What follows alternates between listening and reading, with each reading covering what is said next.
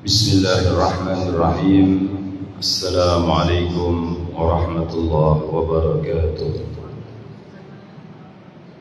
الحمد لله رب العالمين، وبه نستعين على أمور الدنيا والدين.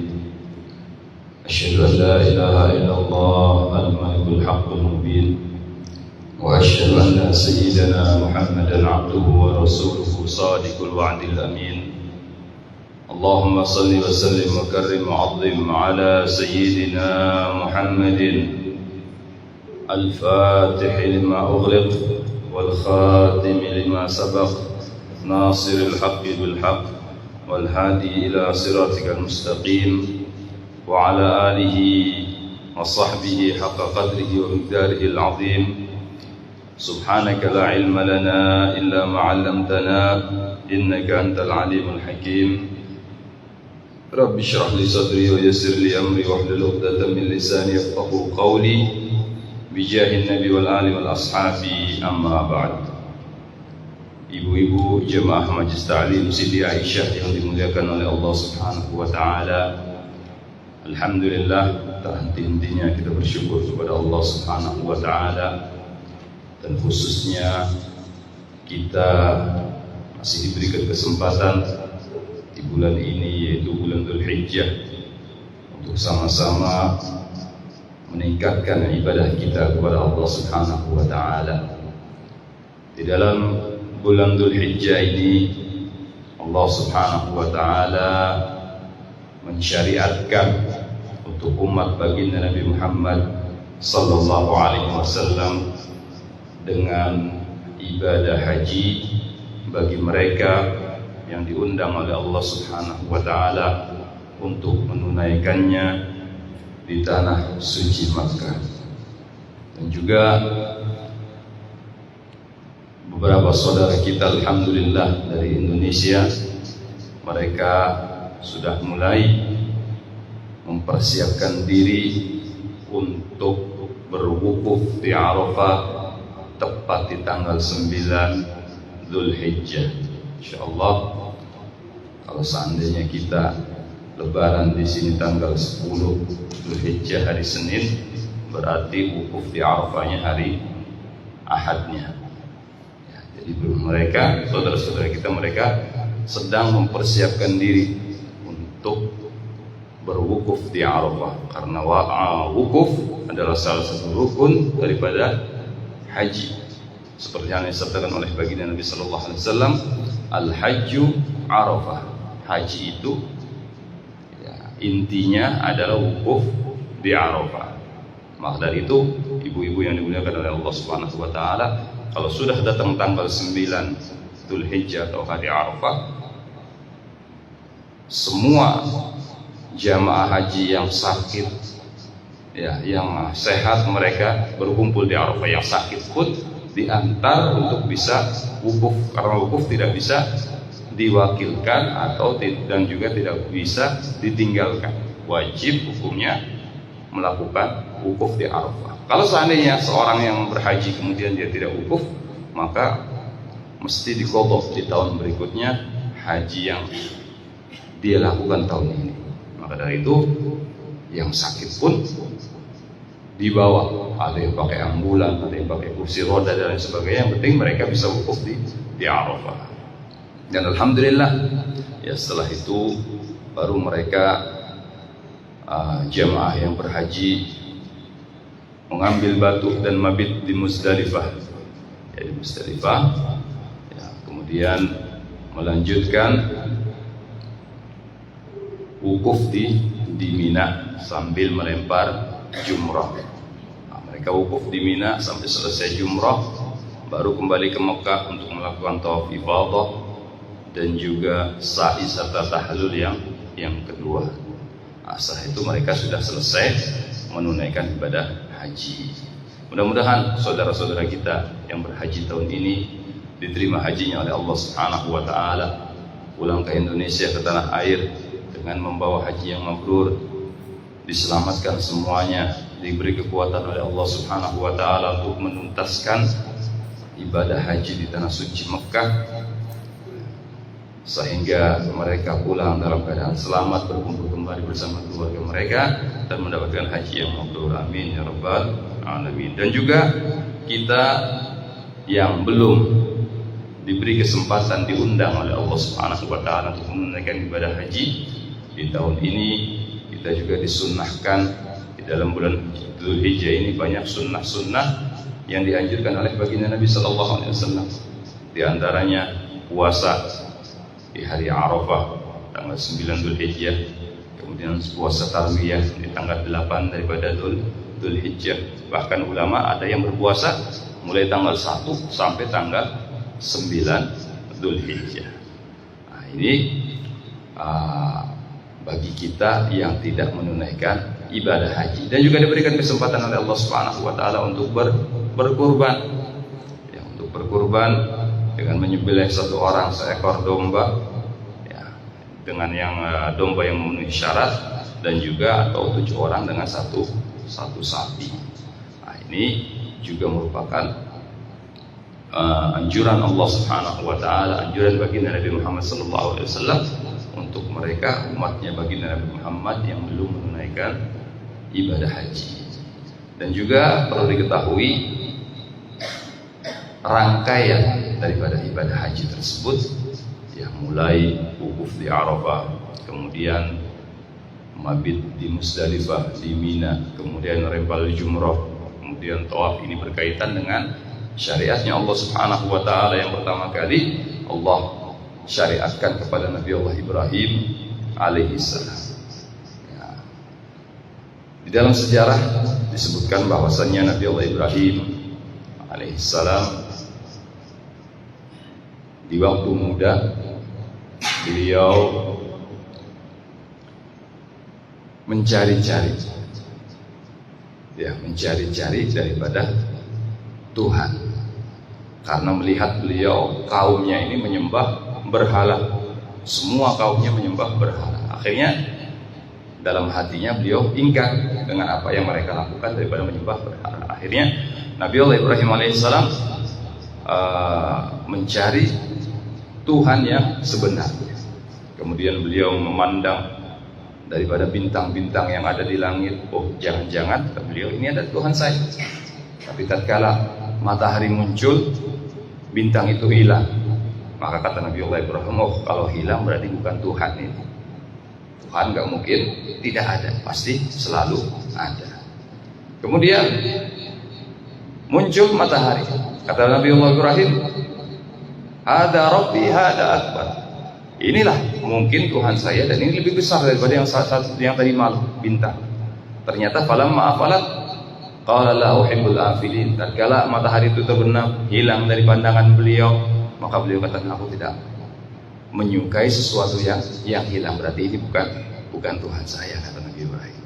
Akhirnya Allah Subhanahu wa taala memberikan wahyu, mengangkat beliau sebagai nabi. Kemudian beliau diperintahkan untuk menghancurkan berhala-berhala yang disembah oleh kaumnya. Tatkala dihancurkan semuanya, Nabi Ibrahim menggunakan kodum. Kodum ini kapak, kemudian digantungkan di leher daripada berhala yang paling besar. Kemudian tersebar isu bahwasanya berhala-berhala mereka, kaum nabi, kaum yang hidup di zaman Nabi Ibrahim tersebut dihancurkan. Kemudian diselidiki, ternyata diketahui Nabi Allah Ibrahim alaihissalam yang menghancurkan daripada berhala-berhala tersebut. Ditangkap Nabi Allah Ibrahim alaihissalam.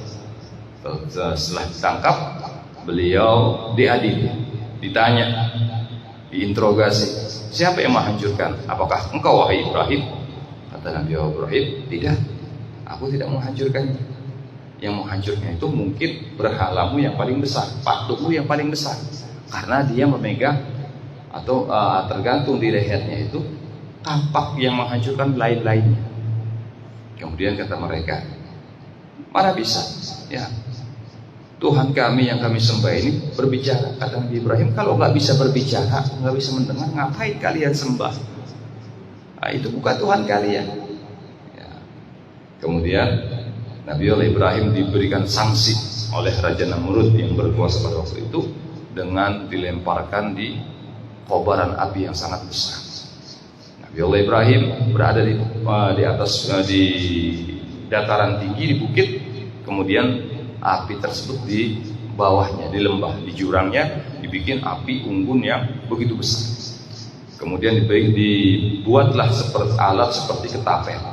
Nabi Ibrahim ini ditaruh di ujung, kemudian dilempar dengan ketapel tadi.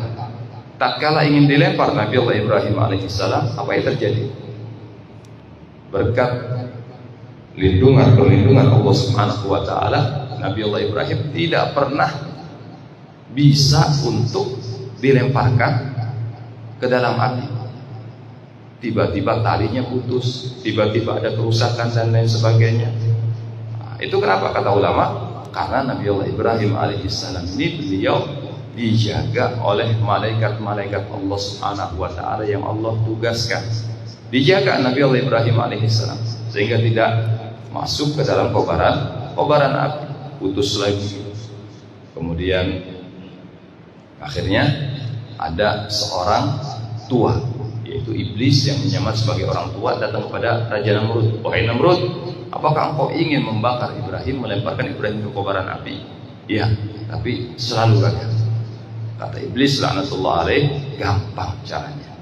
Taruh ya dua orang yang membuka auratnya di hadapan Ibrahim. Karena Ibrahim ini gak bisa kelempar, dijaga oleh malaikat-malaikat Allah Subhanahu wa taala, dan malaikat Allah akan lari tatkala melihat auratnya seseorang. Maka dari itu taruh di depan Ibrahim orang yang buka aurat. Akhirnya dicari dua orang perempuan yang kemudian disuruh membuka auratnya di depan alat yang melempar Nabi Allah Ibrahim alaihissalam tersebut. Ternyata Nabi Ibrahim terlempar masuk ke dalam api. Tapi perlindungan Allah Subhanahu wa taala, dalam Al-Qur'an Allah mengatakan, "Ya naru kuni bardan wa salaman ala Ibrahim." Wahai api, jadilah engkau ini sifatnya dingin dan bisa menyelamatkan Nabi Ibrahim alaihissalam. Ya, kata ulama, kalau dingin saja mungkin Nabi Ibrahim tidak terbakar, ya, tapi merasa kedinginan akhirnya wafat juga. Tapi kuni bardan wasalam, jadilah dingin dan bisa menyelamatkan Nabi Ibrahim. Nah, jadi penyelamat Nabi Ibrahim. Jadi apinya ini tidak sampai membuat beliau kedinginan sampai tidak kuat, tidak. Ya, ini adalah perlindungan Allah Subhanahu wa taala untuk Nabi Allah Ibrahim alaihissalam. Disitulah kita, ya, ibu-ibu yang dimuliakan oleh Allah Subhanahu wa taala, harus bisa benar-benar ya bisa menjaga aurat, karena kita pun ya diberikan oleh Allah Subhanahu wa taala malaikat-malaikat yang ditugaskan khusus menjaga kita, yaitu malaikat hafadzah. Setiap orang ada malaikat hafadzah. Makanya kalau ada bayi kecil jatuh dari ranjang, kadang nggak apa-apa, ya nggak benjol, nggak apa, cuma nangis. Itu karena dijaga oleh malaikat hafadzah. Semua manusia ada malaikat yang menjaganya, yaitu malaikat hafadzah yang Allah tugaskan untuk menjaga mereka. Maka dari itu, untuk atau agar malaikat ini tidak pergi daripada kita, jangan kita sembarangan membuka aurat.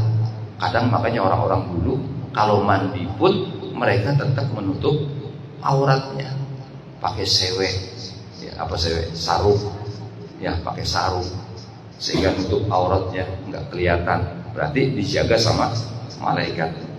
Itu ajaran ulama-ulama kita dulu demikian, walaupun mandi ya pakai penutup aurat, apalagi keluar rumah, apalagi ke pasar, apalagi ya ke tempat-tempat umum, maka wajib untuk menutup aurat sehingga malaikat itu tetap akan menjaga kita, tidak pergi daripada kita. Nah, ini yang parah kaum ibu-ibu ini, kadang Masya Allah baju anaknya umur 5 tahun dipakai, auratnya kemana-mana, ya. Sudah gitu naik motor ninja, Masya Allah. Kalau sudah naik motor ninja, auratnya kemana-mana kelihatan, ya. Kan ninja kan yang tinggi di belakang, nah, yang goceng perempuan, suaminya yang nyetir, kelihatan auratnya kemana-mana. Pakainya pakaian minim. Nah, ini sudah, bagaimana enggak tabrakan langsung mati karena nggak ada malaikat yang jaga. Kalau kita pengen malaikat itu selalu menjaga kita, tutup aurat. Ya, tutup aurat kita agar selalu dijaga oleh Allah Subhanahu wa taala yang melalui malaikat-malaikat yang ditugaskan oleh Allah Subhanahu wa taala untuk menjaga kita. Itulah yang terjadi kepada Nabi Allah Ibrahim alaihissalam. Nah, kemudian Nabi Allah Ibrahim setelah itu ya, hijrah. Inni dhahibun ila rabbi sayahdi, di dalam surat Allahumma shalli ala sayyidina Muhammad, dalam Al-Quran suratnya saya lupa ya, dikatakan inni dhahibun ila rabbi sayahdi, aku ini pergi daripada kampungku, daripada ya, tempat dilahirkanku ke suatu tempat, semoga Allah memberikan hidayah kepada aku. Ya, kemudian Nabi Allah Ibrahim menikah ya, sebelum pergi menikah dengan Siti Sarah ya, orang sekampung beliau. Kemudian hijrah kemana? Dikatakan oleh ulama ya, dulu Nabi Ibrahim itu bertempat tinggal di daerah Allahumma shalli ala sayyidina Muhammad, daerah Arhan itu daerah Turki ya, di daerah ada satu daerah namanya Arhan di daerah Turki, dikatakan dalam kitab sejarah demikian. Kemudian pindah Nabi Allah Ibrahim ke mana? Ke negeri Syam, ke Palestina dan sekitarnya, Palestina, Yordania, Libanon, Syria. Nah, itu negeri Syam. Beliau tinggal di situ, berumah tangga dengan Siti Sarah, sehingga sampai bertahun-tahun, puluhan tahun belum diberikan keturunan oleh Allah Subhanahu wa taala. Kemudian Nabi Allah Ibrahim pergi ke kampung daripada saudaranya, yaitu Nabi Allah Lut alaihissalam. Nabi Lut ini sepupu daripada Nabi Allah Ibrahim alaihissalam, pergi ke sana. Kemudian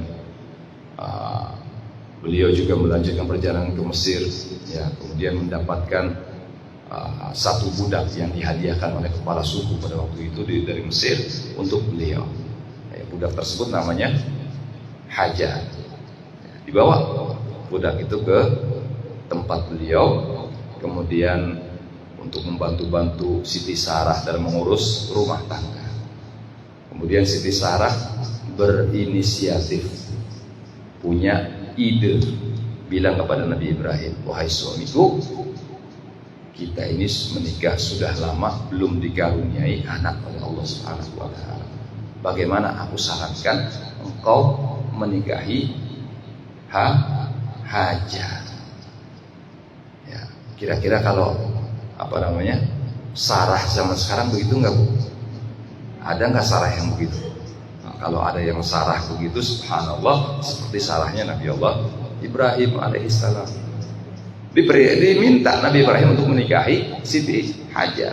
Kemudian Nabi Allah Ibrahim meminta petunjuk kepada Allah Subhanahu wa taala, akhirnya diberikan petunjuk menikah dengan Siti Hajar. Tatkala menikah dengan Siti Hajar, subhanallah, Siti Hajar ya hamil. Siti Sarah pun ikut hamil, subhanallah, takdirnya Allah Subhanahu wa taala. Dua-duanya sama-sama hamil. Kemudian lahir daripada Siti Hajar Nabi Ismail. Dari Siti Sarah Nabi Ishaq alaihissalam. Ya, lahir keduanya, tumbuh besar dalam satu lingkungan. Kemudian Allahumma shalli ala sayyidina Muhammad. Kemudian Siti Sarah walaupun tadinya yang menyuruh Nabi Ibrahim untuk menikahi Hajar, tetap namanya perempuan cemburu, panas. Ya, akhirnya saking cemburunya dalam sejarah itu dilobangi daripada kupingnya. Makanya perempuan sekarang ditindik karena itu berkatnya Siti Sarah cemburu. Ya. Kalau nggak ada Siti Sarah nggak ada yang pakai anting-anting. Ibu-ibu. Ya. Itu karena cemburunya daripada Siti Sarah. Kemudian minta kepada Nabi Ibrahim Siti Sarah untuk menjauhkan Siti Hajar dengan anaknya daripada pandangan beliau. Nabi Ibrahim meminta petunjuk dari Allah Subhanahu wa taala, akhirnya diperintahkan oleh Allah untuk membawa Hajar dan Ismail ke satu tempat yang dikatakan Bakkah Mubarakah. Nah, satu tempat namanya Bakkah yang sekarang kita kenal dengan Makkah. Tadinya namanya Bakkah, sekarang jadi Makkah. Nah, situ adalah lembah yang tandus, tidak ada kehidupan. Mekah itu tadinya tidak ada kehidupan. Nah, tapi di situ ada pondasinya Ka'bah, yang mana Allah Subhanahu wa taala karena itu poros daripada dunia, pusat daripada putaran bumi, ya Allah Subhanahu wa taala membuat pondasi, ya menciptakan pondasi Ka'bah. Mulai dunia ini diciptakan oleh Allah Subhanahu wa taala. Pondasinya Ka'bah sudah ada. Kemudian Siti Hajar dengan Nabi Allah Ismail diberikan, dibawa ke situ, ya kemudian diberikan perbekalan yang cukup, ditinggal kembali balik ke negeri Syam oleh Nabi Allah Ibrahim alaihissalam. Balik Nabi Ibrahim sehari, 2 hari, ya seminggu, 2 minggu, setelah beberapa bulan, kemudian bahan makanan mereka, ya bekal mereka habis. Kemudian Nabi Allah Ismail alaihissalam menangis, ya minta makanan dan minuman. Waktu itu beliau masih bayi, ya, minta makan dan minum, minta disusuin. Siti Hajar sudah kehabisan makanan, ya air susu beliau tidak keluar lagi.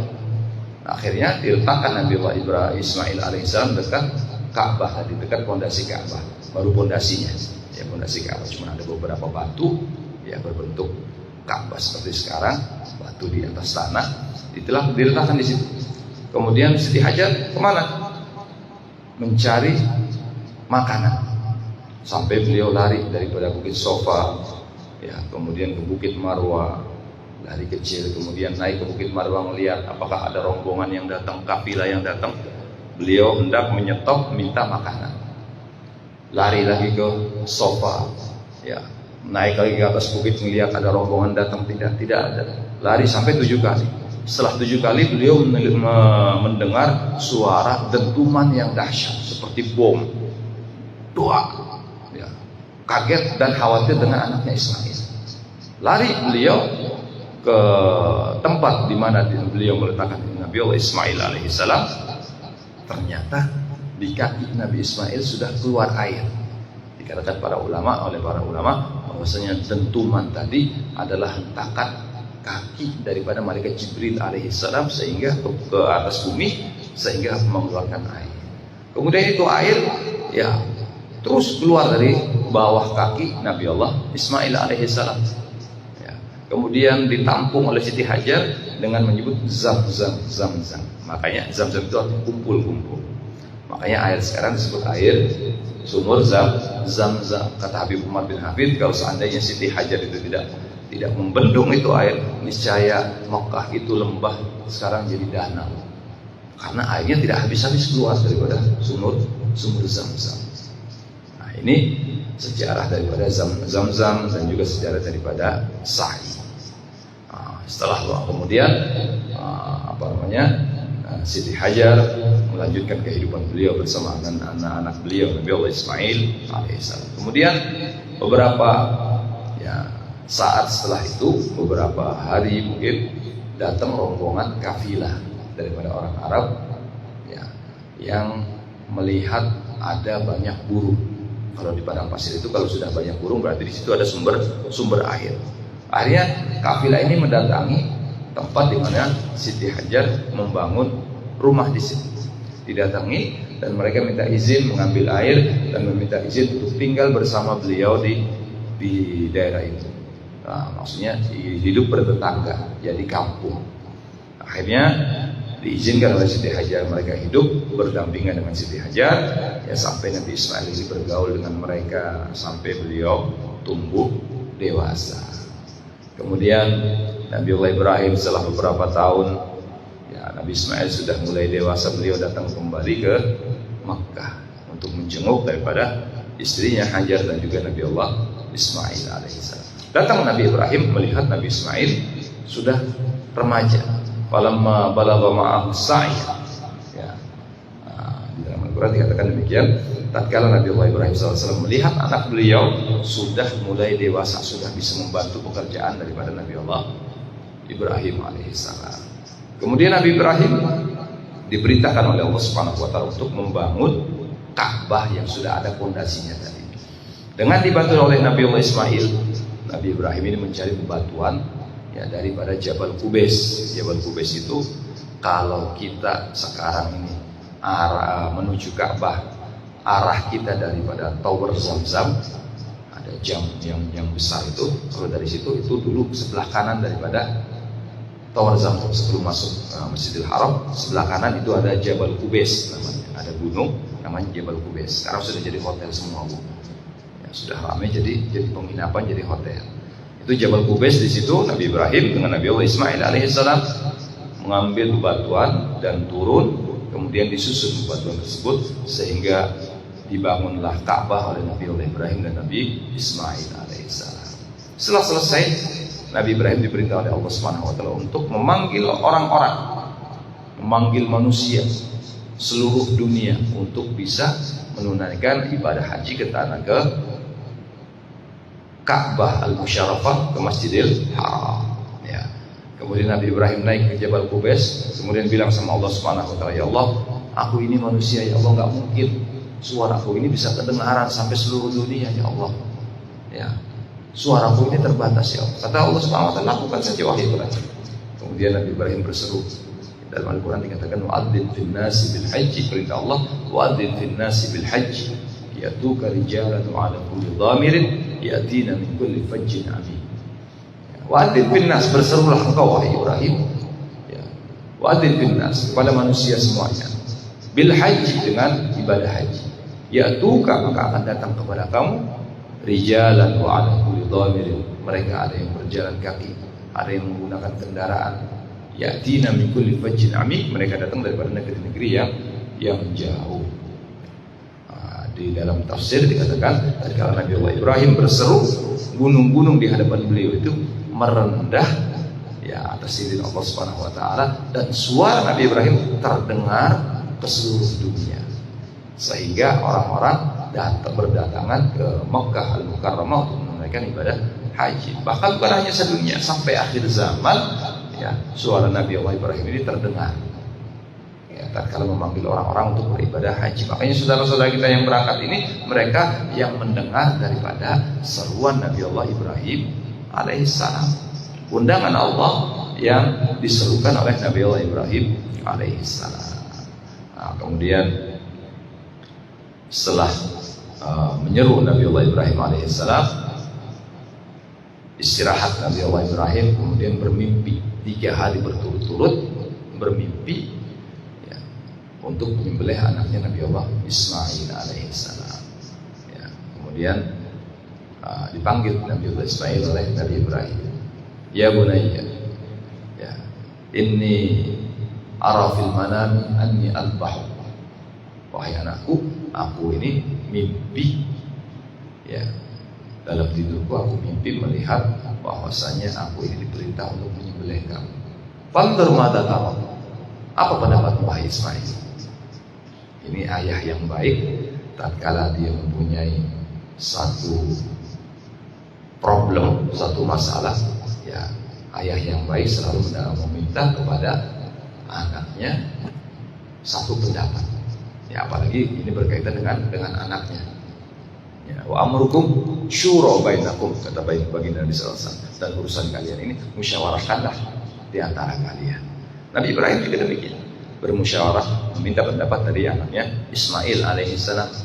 Kemudian kata Nabi Allah Ismail, "Ya abadi if'al ma tu'mar satajiduni insyaallah minas sabirin." Wahai ayahku, lakukan apa yang diperintahkan kepada engkau oleh Allah Subhanahu wa taala, niscaya engkau akan mendapatkan aku daripada golongan orang-orang yang sabar.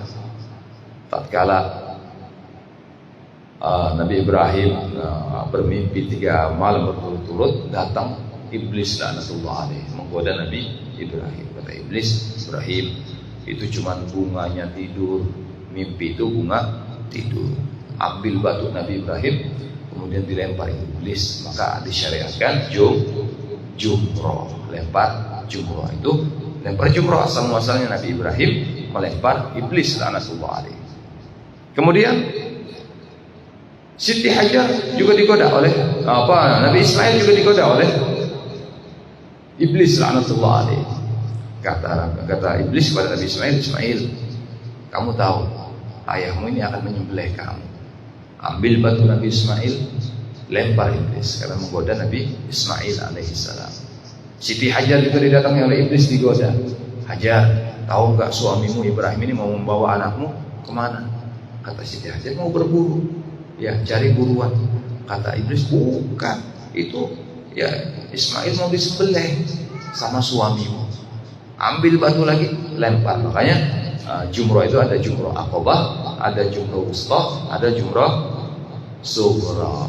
Ya, ini kalau yang sudah beribadah haji atau yang sudah belajar manasik haji akan tahu ada jumroh Aqabah, jumroh wusta, jumroh sughra. Jumroh Aqabah, jumroh yang dilakukan oleh Nabi Allah Ibrahim alaihissalam. Jumroh wusta yang dilakukan oleh Siti Hajar alaihissalam radhiyallahu ta'ala, dan juga jumroh sughra yaitu yang dilakukan oleh Nabi Allah Ismail alaihissalam. Nah, ini syariat daripada lempar jumroh. Asal syariat tersebut kisah daripada Nabi Allah Ibrahim alaihissalam tadi. Kemudian Nabi Ibrahim pulang ke rumah beliau mengambil peralatan untuk menyembelih Nabi Allah Ismail, bawa parang, bawa tali. Kemudian dibawa Nabi Ismail ke Jabal Kurban. Sampai sekarang Jabal Kurban itu tempat penyembelihan hewan-hewan kurban jemaah haji. Dibawa ke Jabal Kurban. Kemudian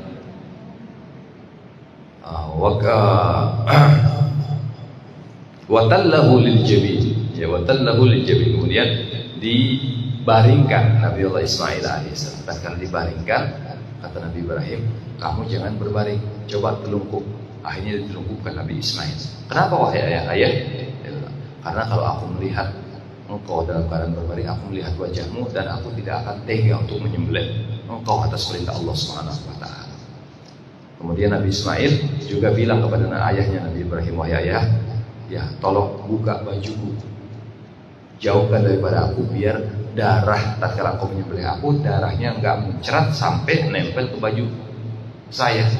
Karena kalau baju saya menempel darah, ada darahnya, mesti ibu bertanya-tanya nanti. Kalau engkau pulang, ibu bertanya, menanyakan aku. Apalagi di bajunya ada seberkas darah, dia akan menangis. Akhirnya dibuka baju Allah Nabi Ismail alaihissalam, baju Nabi Allah Ismail. Kemudian ditelungkupkan Nabi Ismail, kemudian diasah pisau oleh Nabi Allah Ibrahim, kemudian diletakkan di leher daripada Nabi Ismail. Tahu-tahu malaikat Jibril alaihissalam diperintah oleh Allah Subhanahu wa taala untuk menyetop Nabi Ibrahim. Stop wahai Ibrahim, dengan membawa seekor kibas, kambing kibas yang sangat besar dari surganya Allah Subhanahu wa taala. Itu juga kambing kibas dipelihara di surganya Allah Subhanahu wa taala untuk menggantikan Nabi Ismail alaihissalam. Itu daripada syariat, daripada kurban. Ini semuanya ibadah haji, kemudian ibadah kurban, semuanya berkaitan dengan Nabi Allah Ibrahim dan Nabi Allah Ismail alaihissalam. Dan alhamdulillah mereka, saudara-saudara kita yang menunaikan ibadah haji, melakukan syariat Allah yang pertama kali ya diperintahkan atau disyariatkan kepada Nabi Allah Ibrahim alaihissalam. Dan juga kita yang belum punya kesempatan, yang belum dipanggil oleh Allah melakukan ibadah haji, dianjurkan juga untuk melakukan ibadah kurban. Ya, bagi yang mampu untuk melakukan ibadah kurban, juga mengikuti syariatnya Nabi Allah Ibrahim alaihissalam. Yang nggak mampu, ya masih belum mampu haji, masih belum mampu kurban, niat dulu di dalam hati. Mudah-mudahan dengan niat akan disampaikan oleh Allah Subhanahu wa taala untuk menunaikan ibadah haji. Ya, niat itu ibarat kita sakit daftar ke dokter. Ya, kita daftar, atau ada pembagian bantuan, ada pembagian sembako dari pemerintah misalnya. Mesti daftar dulu nggak? Daftar. Kalau nggak daftar, sampai sembakonya habis nggak bakal dipanggil, kecuali ada lebih. Atau kita sakit mau ke dokter, ya kita nggak daftar sama dokter, sampai dokternya pulang nggak bakal dipanggil. Coba kalau daftar, walaupun nomor terakhir pasti dipanggil, diperiksa oleh dokter. Nah ini ibarat kita ya niat untuk melakukan ibadah haji. Ya, niatnya seperti apa?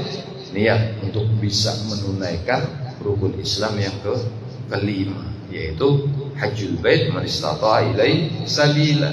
Walaupun ekonomi kita masih belum mampu sekarang, kita niat dulu. Dan niat itu kata ulama, qasdu syai'i muqtarinan bi fi'lihi. Ya, bermaksud melakukan sesuatu dengan dibarengi perbuatannya. Saya niat mau minum air misalnya, kemudian baru niat, ya dalam hati pengen minum air, tapi tidak disertai perbuatan, nggak ngambil air, nggak buka botolnya, nggak masukkan ke mulut saya, kira-kira hilang nggak haus saya? Nggak bakal hilang kalau cuman niat doang. Harus ada perbuatannya, itu namanya niat. Kalau sudah pengen minum air, haus, niat pengen minum air, ya mesti pegang botolnya, buka tutupnya, baru minum airnya. Kalau hanya niat saja, ya Allah, saya niat mau haus, saya mau minum air, nggak bakal hilang hausnya kalau dipelototin doang, betul nggak? Iya, begitu juga haji. Niat kita, ya niat ingin naik haji, tapi tidak ada perbuatannya, realisasi daripada perbuatan. Apa perbuatannya? Beli celengan, nabung, daftar, nah itu sudah niat. Kalau belum cukup duitnya daftar, beli celengan, ada lebih belanja masuk, lebih jajan misalnya masuk, lebih bayar listrik masuk. Nah, niat untuk naik haji bersama suami misalnya, niat dulu. Lama-lama insya Allah, walaupun ini belum penuh, mudah-mudahan ya dengan niat yang ikhlas akan diberangkatkan oleh Allah Subhanahu wa taala, akan diundang oleh Allah Subhanahu wa taala untuk bisa menunaikan ibadah haji. Walaupun celengan kita belum penuh. Kadang diberangkatkan orang. Kalau diberangkatkan orang, namanya haji apa, Bu? Haji apa kira-kira kalau diberangkatin orang? Haji kosasi. Ongkos boleh dikasih. Nah, itu. Ada yang jual sawah, haji wahyu, sawahnya payu. Ya, ini ya usahanya macam-macam. Ya, ada yang penting jangan haji Abdul Rashid. Kata orang Jawa, haji Abdul Rashid itu bahaya. Ya, Arab budal rasido. Ya, mau berangkat gak jadi. Seperti kemarin udah niat ke sana, tahu-tahu dipulangkan. Kenapa? Karena visanya nggak resmi. Dipulangkan lagi, kasihan saudara-saudara kita yang sudah niat, tapi mereka dipulangkan karena jalurnya tidak resmi. Visanya visa ziarah. Nah, informasinya seperti itu katanya. Tapi wallahu a'lam. Memang belum diundang hakikatnya oleh Allah Subhanahu wa taala. Jadi insya Allah walaupun celengan belum penuh, bisa diberangkatkan orang. Mungkin anaknya ya dapat jadi orang kaya, diberangkatkan oleh anaknya, atau tahu-tahu dapat hadiah apa, berangkat dari pemerintah misalnya untuk ibadah haji. Ini rezeki. Kalau sudah dipanggil oleh Allah Subhanahu wa taala, ada saja jalannya. Walaupun misalnya belum sempat berangkat, tapi ajal sudah menjemput, mudah-mudahan dengan niatan tadi ya akan dijadikan atau digolongkan oleh Allah Subhanahu wa taala, dianggap oleh Allah Subhanahu wa taala sebagai orang-orang yang sudah berhaji karena niat yang ikhlas. Nah, ini ya kita harus niat sebagai seorang muslim, niat dalam hati kita untuk bisa menyempurnakan rukun Islam kita, khususnya ibadah haji, rukun Islam yang kelima. Nah, memang kadang kelihatannya ekonomi kita tak mampu untuk berangkat haji, tapi Allah Subhanahu wa taala Maha Kuasa. Ya, jalannya Allah Subhanahu wa taala ya, yang akan mengatur. Seperti ada salah satu guru saya, Habib Abu Bakar bin Syekh bin Yahya, beliau begitu, niat haji, punya celengan, kemudian nyelengin sedikit, tahu-tahu celengan belum penuh, diberangkatin sama orang. Jadi celengannya buat bekal di sana, buat beli makan, buat minum, buat beli oleh-oleh dan lain sebagainya, diambilkan daripada duit celengan tadi. Nah, ini yang penting niat ya daripada hati kita yang ikhlas ingin menunaikan ibadah haji. Dan alhamdulillah ya, kita berada di bulan Dzulhijjah ini, mudah-mudahan ya kita bisa melakukan amaliyah sunnah di bulan Dzulhijjah ini, khususnya yang kita masih yang belum bisa berangkat ke ibadah haji, yang minimal kita berpuasa di hari tarwiyah, di hari Arafah, kemudian kalau ada kelebihan rezeki kita bisa berkorban ya untuk menunaikan ibadah kurban. Ibu-ibu yang dimuliakan oleh Allah Subhanahu wa taala, ini mukadimahnya agak panjang ini. Pas kebetulan bulan Dzulhijjah. Ya, kita lanjutkan ya pembahasan kitab Al-Isti'dad li Yaumil Ma'ad.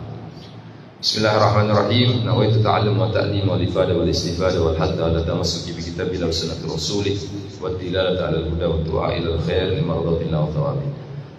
Qala al-mu'allif rahimahullah wa nafa'ana bihi wa bi 'ulumihi fid darin amin al qala wa an ba'dil 'ubbadi annahu qala fil munajat. Diriwayatkan daripada sebagian hamba-hamba Allah atau orang-orang yang ahli ibadah, mereka berkata, salah satu mereka berkata di dalam doa-doa mereka, di dalam munajat mereka. Tatkala mereka minta kepada Allah, apa doa mereka? Apa munajat mereka? Dikatakan, Ilahi tulul amali gharrani. Wahai Tuhanku, seperti Abu Nawas ya. Abu Nawas itu tatkala membaca qasidah ilahi lastulil firdausi ahla, itu munajat beliau. Itu munajat namanya. Minta langsung seakan-akan dia berbicara dengan Allah Subhanahu wa taala. Ini namanya munajat. Berdoa seakan-akan bicara dengan Allah Subhanahu wa taala. Itu namanya munajat. Dikatakan oleh sebagian orang-orang ahli ibadah, Ilahi, wahai Tuhanku, tulul amal gharrani, panjang angan-angan telah menipu aku. Biasa namanya manusia pasti punya angan-angan, cita-cita. Ya, anak kecil aja kalau ditanya cita-citanya apa? Jadi presiden. Cita-citanya apa? Jadi dokter. Itu angan-angan. Ya. Kata beliau, ya, wahai Allah Subhanahu wa taala Tuhanku, panjangnya angan-angan telah menipu aku. Wa hubbud dunya ahlakani, dan cinta kepada dunia telah menghancurkan aku.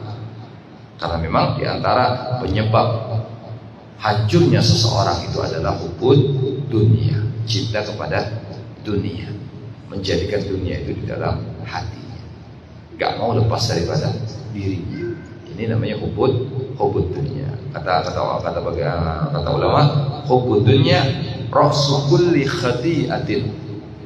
Cinta kepada dunia itu ya sumber segala daripada kesalahan, sumber daripada semua kesalahan. Orang punya salah, orang nyolong, orang korupsi, sumbernya apa? Cinta dunia. Sebabnya apa? Cinta dunia. Pengen harta banyak, pengen uang yang banyak, pengen hidup foya-foya, ini cinta dunia. Makanya ambil jalan pintas, nyolong, ngerampok, korupsi dan lain sebagainya. Ini karena hubbud dunia. Makanya hubbud dunia ra'su kulli khati'ah. Ya, hubbud dunia itu ya sumber daripada segala kesalahan. Makanya kata beliau yang bermunajat, wa hubbud dunya ahlakani, dan cinta kepada dunia itu yang telah membuat aku celaka. Wa syaitan adallani, dan setan telah menyesatkan aku. Memang tugasnya setan ya, yaitu menyesatkan manusia. Bahkan setan itu, iblis itu sudah minta izin sama Allah Subhanahu wa taala.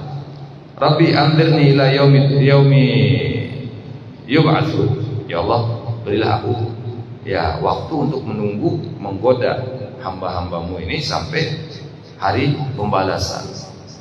Diizinkan oleh Allah Subhanahu wa taala. Iblis itu diizinkan untuk menggoda manusia. Ya, dikatakan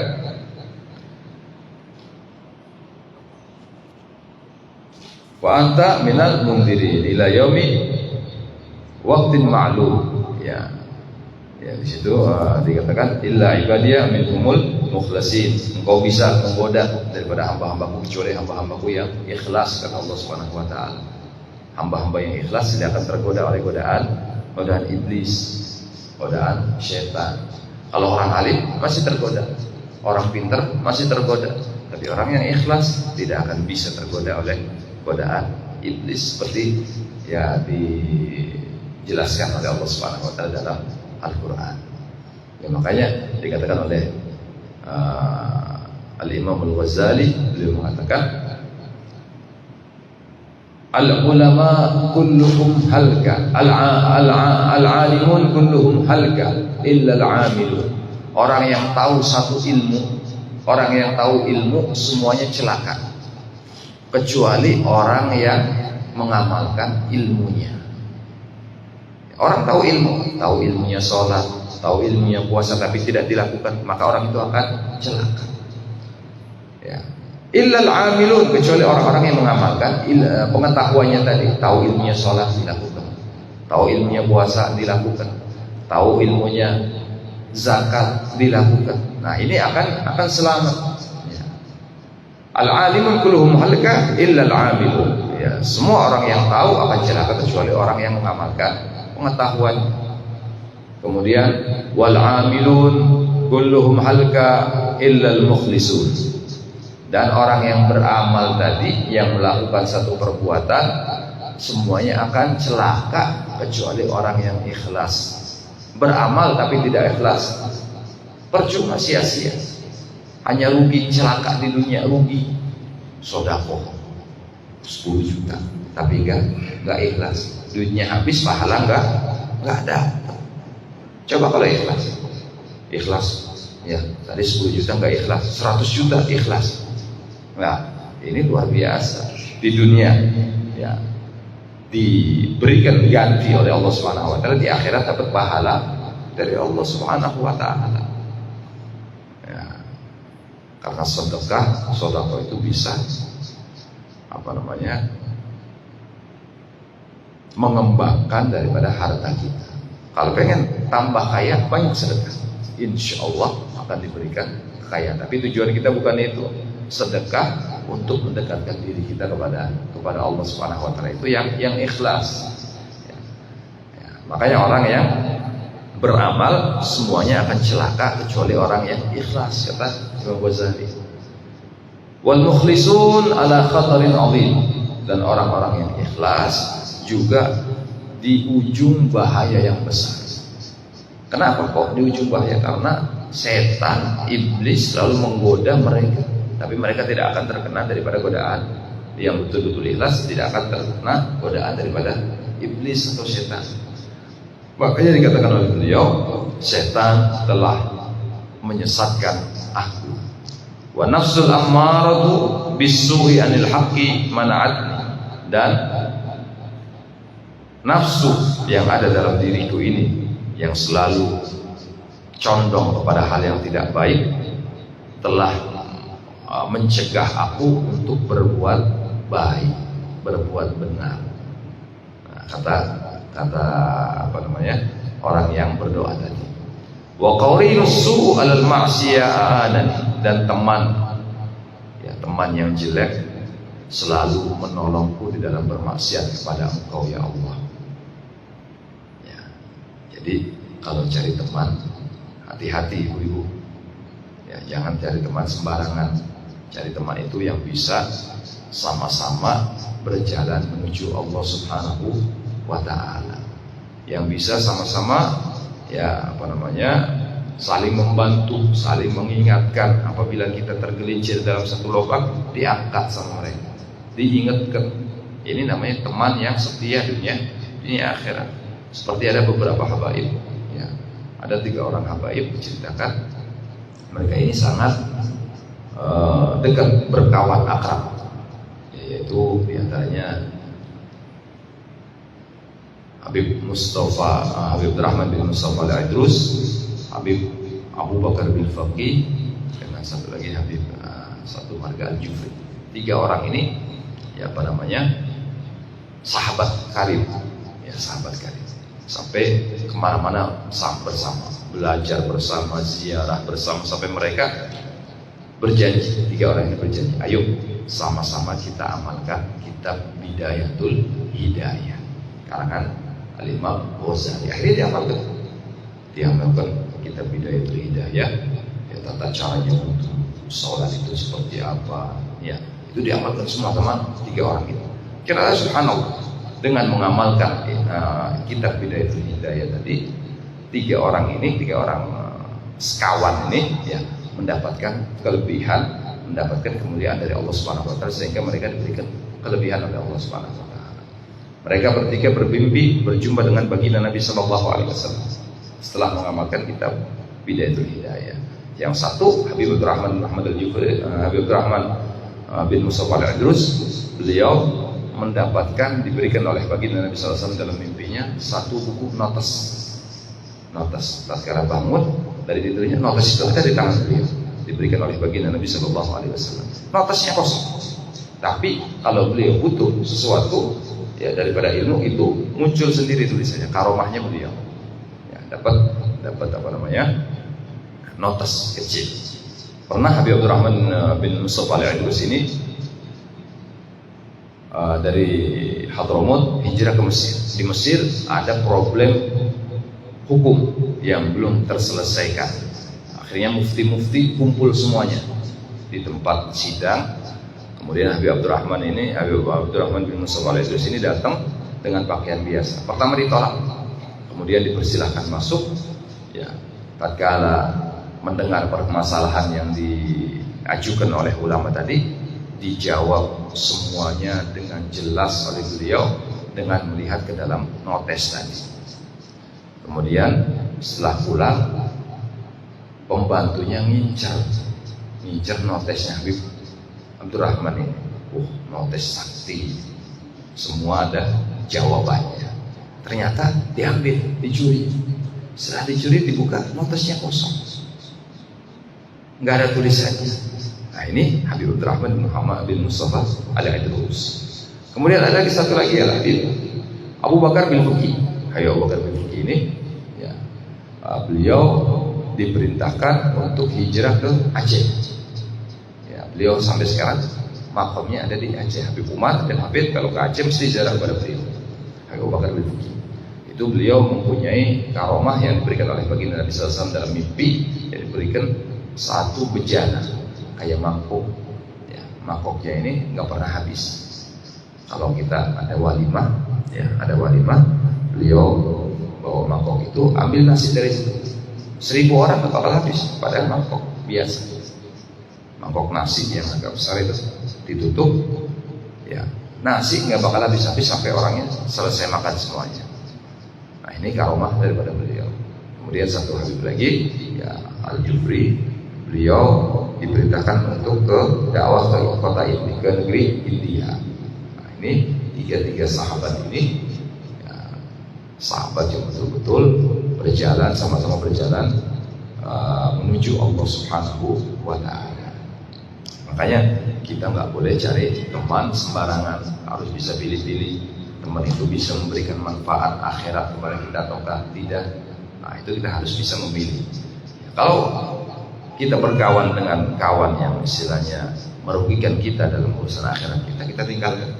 Cari yang bisa mengingatkan kita menuju jalannya Allah Subhanahu wa Ta'ala. Makanya dikatakan oleh beliau, wa qarinus su'a dan maksiat, dan teman yang jelek selalu menolong aku dalam maksiat kepada Allah Subhanahu wa Ta'ala. Fa'aghithni ya mughithal mustaghithin, maka tolonglah aku ya Allah, wahai Zat yang selalu menolong hamba yang meminta tolong kepadanya. Fa illam tarhamni faman dzalladzi yarhamuni ghairu. Kalau engkau tidak mengasihi aku, tidak menyayangi aku, tidak merahmati aku ya Allah, siapa lagi yang bakal yang memberikan kasih sayang kepada aku kalau bukan engkau ya Allah. Ini munajatnya orang-orang soleh ya, mereka sambil berlinang air mata mengucapkan hal ini, yang meminta kepada Allah Subhanahu wa Ta'ala. Inilah orang-orang yang soleh ya, selalu berdoa memohon kepada Allah Subhanahu wa Ta'ala. Ya, mereka mengakui perbuatan dosa dulu, i'tiraf, kemudian mereka minta diberikan rahmat oleh Allah Subhanahu wa Ta'ala. Seperti Abu Nawas ya, dalam munajatnya beliau katakan, Ilahi lastu lil firdausi ahla wala aqwa ala naril jahannam li taubatan waghfir dhunubi fa innaka ghafirudz dzambil azim. Kata Abu Nawas, ilahi lasulil firdaus ya Allah, aku ini gak pantas untuk masuk dalam surga firdaus ya Allah. Wala aku ala nari jahim, tapi aku juga gak mampu, gak kuat ya Allah kalau Engkau masukkan aku ke dalam neraka jahim. Masuk surga gak pantas, masuk neraka gak kuat. Jadi pengennya di mana coba? Abu Nawas ini. Ya, pengennya di mana? Ilahi lasulil firdaus ya Allah, wala aku ala nari jahim. Fahabli taubatan wa ghafir dhunubi. Dan berilah anugerah kepada aku ya Allah. Berilah aku taubat ya Allah, terima taubatku ya Allah. Waghfir dhunubi, dan ampuni dosa-dosaku ya Allah. Wa innaka ghafirudz dzambil azim, sungguhnya Engkau ya Allah adalah Zat Maha Pengampun dosa-dosa yang besar. Ini munajat Abu Nawas. Ya, rayuannya Abu Nawas kepada Allah Subhanahu wa taala. Munajat ini kita merayu kepada Allah Subhanahu wa taala. Itu Abu Nawas. Masuk surga enggak pantas, masuk neraka enggak kuat. Ya, Abu Nawas itu jangan kita anggap Abu Nawas itu orangnya lucu. Enggak, beliau adalah seorang sufi. Ya, seorang ahli tasawuf. Makanya syair-syair itu mengandung hikmah-hikmah yang luar biasa. Itu Abu Nawas. Abu Nawas ini Abu Nuwas, kalau di bahasa Arabnya Abu Nuwas. Ya, memang kita banyak dengar cerita beliau sering ngerjain orang, tapi padahal beliau adalah orang yang sufi, yang ahli tasawuf, hatinya bersih beliau radhiyallahu taala. Insyaallah barangkali ada pertanyaan, boleh ibu-ibu dua pertanyaan sebelum kita tutup. Monggo. Bismillahirrahmanirrahim. Ini mau tanya masalah haji. Kita tahu bahwa haji itu adalah mansukatul ini disambungkan bagi yang mampu. Adanya ada orang yang berniat ingin haji, tapi tidak mampu dari segi ekonomi dan fisik. Apakah ada amalan-amalan yang bisa, artinya sama pahalanya dengan menunaikan ibadah haji? Terima kasih. Ya, ini ada orang yang ingin menunaikan ibadah haji tapi tidak mampu dalam segi ekonomi. Sebetulnya ya, ekonomi itu tidak menjamin, saya katakan tadi. Sebetulnya kita ekonominya lemah atau orang yang kurang mampu, yang penting niat dulu. Niat untuk melakukan ibadah haji.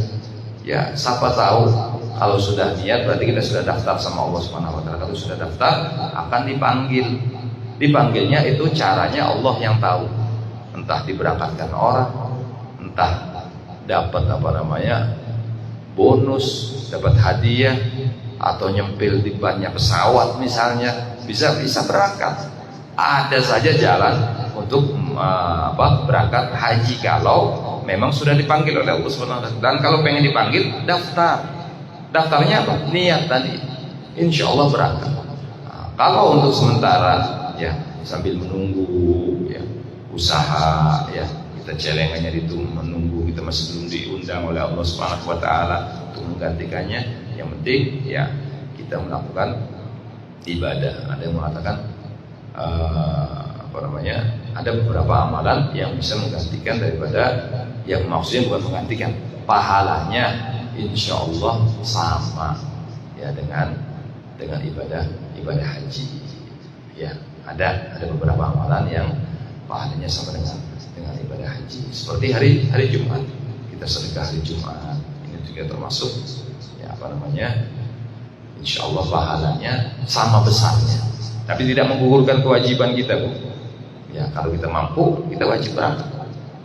Nah, kalau tidak mewajibkan, tidak menggugurkan kewajiban, ya tetap kita niatnya tetap, tapi itu pahala sampingan. Mudah-mudahan dengan kita melakukan sedekah di hari Jumat, ya mudah-mudahan pahalanya bisa sama dengan haji. Ya, mudah-mudahan demikian. Tapi bukan berarti ya sama akhirnya udah sedekah aja lah hari Jumat, hajinya gugur, enggak. Tetap ya kalau ada kesempatan diundang oleh Allah Subhanahu wa taala, tetap berangkat. Tapi ini hanya ya, bisa menyamai. Ada satu hadisnya, saya lupa, nanti saya mau telah lagi insyaallah, amali apa saja yang insyaallah di bulan depan saya utarakan insyaallah. Amali saja, amali apa saja yang sama pahalanya dengan orang beribadah haji. Insyaallah di pertemuan yang akan datang saya sampaikan. Ya, mohon diingatkan ini. Ya, itu Ibu. Ya, kemudian ada lagi satu lagi, monggo silakan.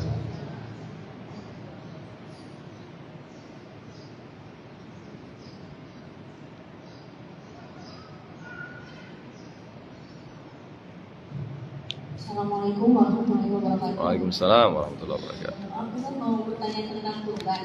Ya. Pernah dengar katanya kalau kurban itu sebaiknya atas nama suami, karena kalau atas nama suami nanti insya Allah satu keluarga itu dapat pahalanya. Tapi ada pertanyaan juga, apa sebaiknya tahun ini suami, tempat, istri, anak gitu, atau gimana kalau bisa kasih? Assalamualaikum warahmatullahi wabarakatuh. Assalamualaikum warahmatullahi wabarakatuh. Ya, jadi korban ini atas nama siapa? Boleh bergantian Ibu.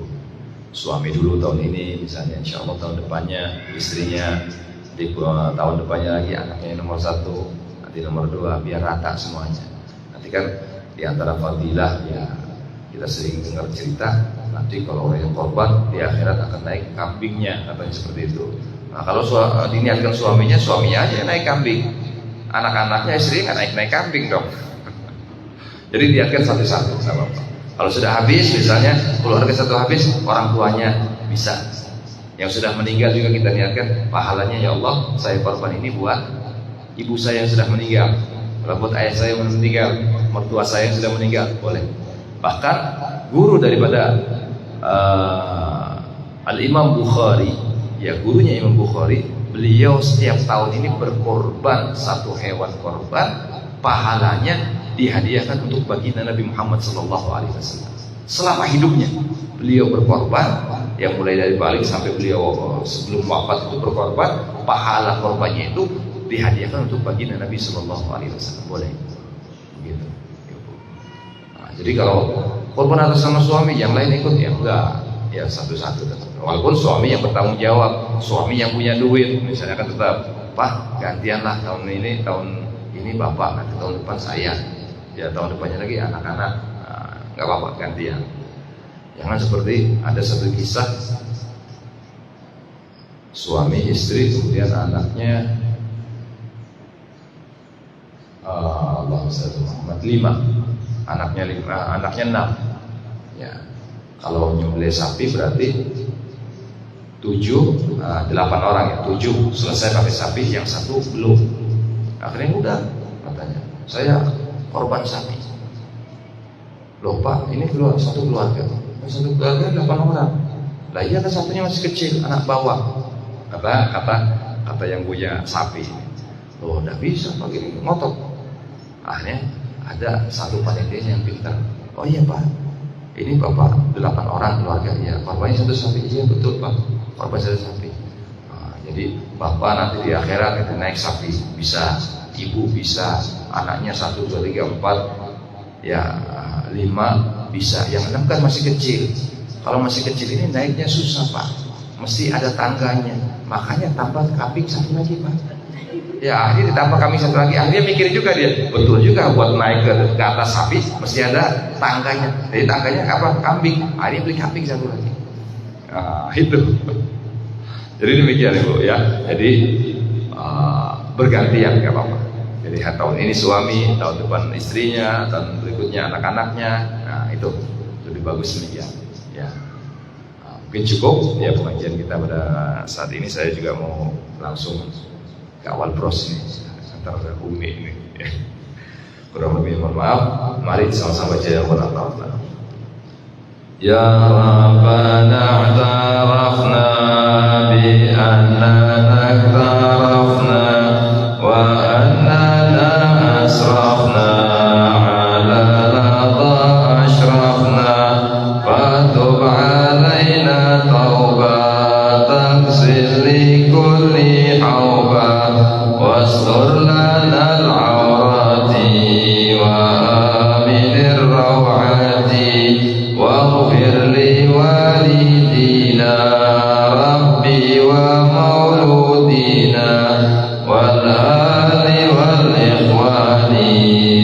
وسائر الخلان وكل ذي محبة أو جيرة أو صحبة والمسلمين أجمعين من ربي أسمع فضلا وجودا منا لا باكتساب منا بالمصطفى الرسول نهضى بكل سور صلى وسلم ربي عليه عد الحب وآله وصحبه عدد التشت الصحب والحمد للإله بالبدء والتناهي ربنا فعلنا بما وعلمنا الذين قوانا رزقنا وقنا وباركنا في ديننا وعن كثر ضلك رب يباركنا وفيكم لما ترضى لنا وبارك